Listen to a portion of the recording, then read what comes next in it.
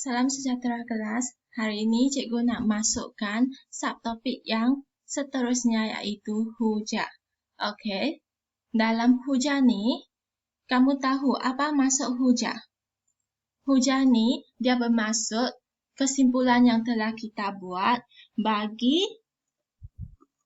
pernyataan yang telah kita keluarkan. Okey, sekarang kita tengok pula penhujahan. Apa maksud penhujahan? Penhujahan ni dia merupakan proses membuat kesimpulan berdasarkan pernyataan. Kemudian, kalau dalam hujah tu ada komponen apa? Kalau nak bentukkan satu hujah, kita perlu ada sekurang-kurangnya 2 premis dan 1 kesimpulan. Okey, sekarang kita tengok apa itu premis.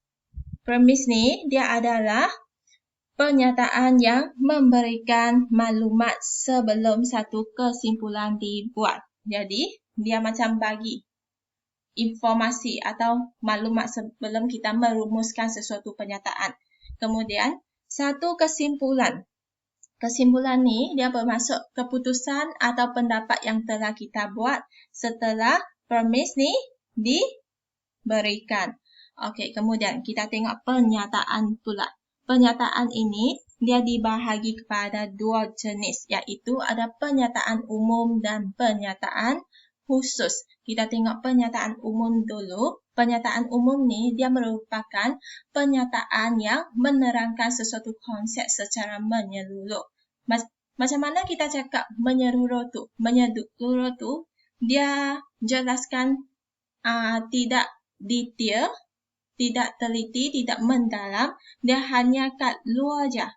Okey, kemudian kita tengok pula kalau pernyataan khusus.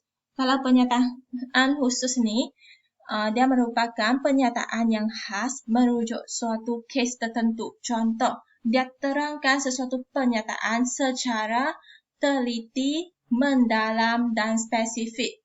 Dia tentukan, lepas tu dia jelaskan secara mendalam. Okey.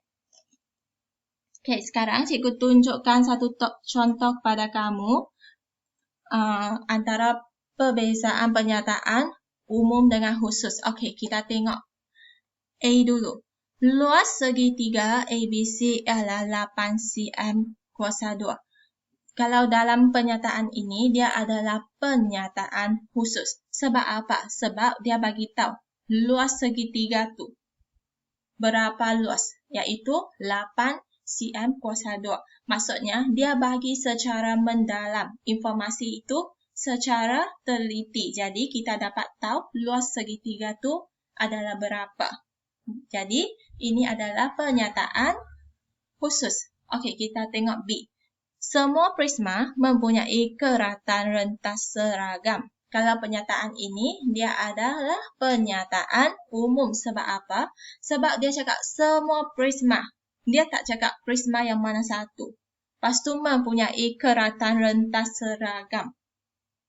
Dia tak cakap ada berapa banyak jumlah bilangan dia. Dia tak bagi tahu. Maksudnya ini adalah pernyataan umum. Okey, seterusnya kita tengok pula hujah.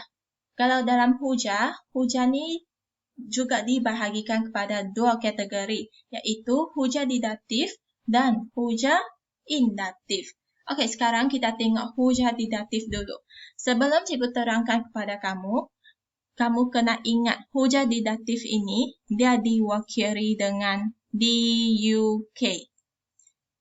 Sebab kat sini kita kena guna sikit clue untuk ingatkan format dia. Kalau hujah didatif, dia merupakan proses kesimpulan khusus dibina berdasarkan premis umum. Okey, kalau dalam hujah didatif ini, dia adalah premis umum, dia akan ke kesimpulan khusus. Jadi, sebab apa tadi cikgu suruh kamu ingat DUK, duduk. DUK tu adalah D diwakili oleh didatif, U tu diwakili oleh umum, premis umum, lepas tu K diwakili dengan kesimpulan khusus. Jadi kalau kita guna clue ni ingat, DUK kita dah tahu masa penyataan umum kepada penyataan khusus, dia akan jadi hujah di datif. Okey, seterusnya kita tengok pula hujah indatif. Kalau indatif, kita kena ingat IKU, ikut. Kalau dalam hujah ni kamu ingat ikut duduk. Ikut duduk. Jadi IKU dia akan jadi khusus kepada umum. Okey, kita tengok maksud hujah indatif dulu, iaitu proses kesimpulan umum dibina berdasarkan premis khusus. Jadi aliran dia adalah premis khusus ke kesimpulan umum. Jadi, masa hujah indatif, kita akan dapatkan premis khusus dulu. Sebab I, K, U. Lepas tu baru sampai umum. Okey, kita tengok contoh soalan. Sekarang, cikgu bagi contoh soalan, iaitu tentukan sama ada hujah berikut ialah hujah didatif atau hujah indatif. Kita tengok soalan pertama. Semua faktor bagi 6 ialah faktor bagi 12. Ayat kedua, 1, 2, 3 dan 6 ialah faktor bagi 6. Ayat ketiga, maka 1, 2, 3 dan 6 ialah faktor bagi 12. Okey, dalam soalan ini, kita kena pasti dulu apa? Kita kena pastikan premis 1 dalam ayat ini adalah apa? Kalau premis 1, dia pun merupakan ayat yang pertama dalam soalan ini, iaitu semua faktor bagi 6 ialah faktor bagi 12. Okey, ayat ini adalah umum atau khusus? Dia adalah umum. Sebab apa? Sebab dia gunakan semua faktor.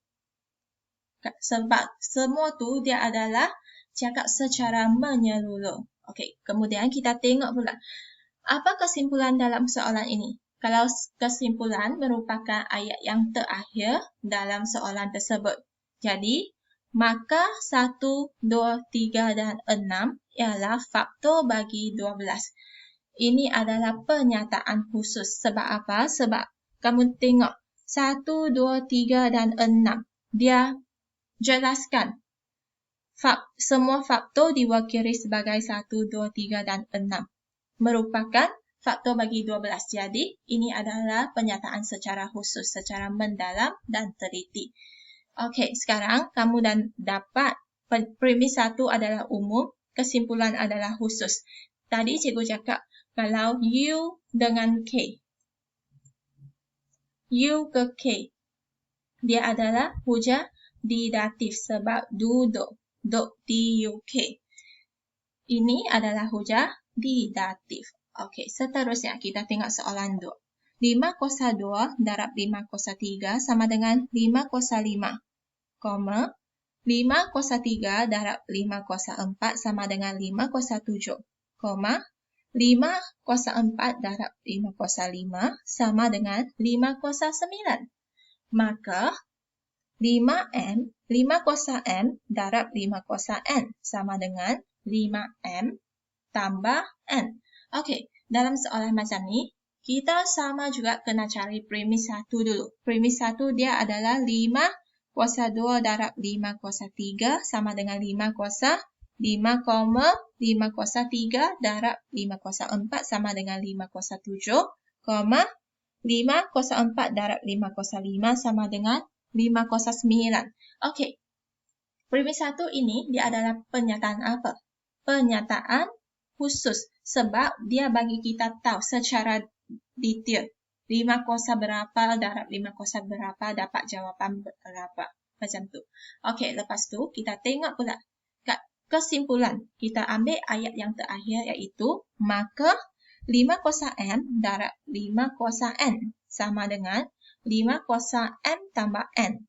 Yang ni adalah secara umum. Sebab apa? Sebab dia tak bagi kita tahu M dengan N itu adalah nombor berapa.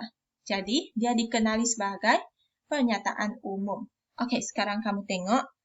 Yang tadi, premis 1 dia adalah khusus K. Lepas tu, kesimpulan dia adalah umum. KU. Lepas tu, tadi cikgu suruh kamu ingat kru tu. K ke U. IKU, ikut. Jadi, dia adalah hujah indatif.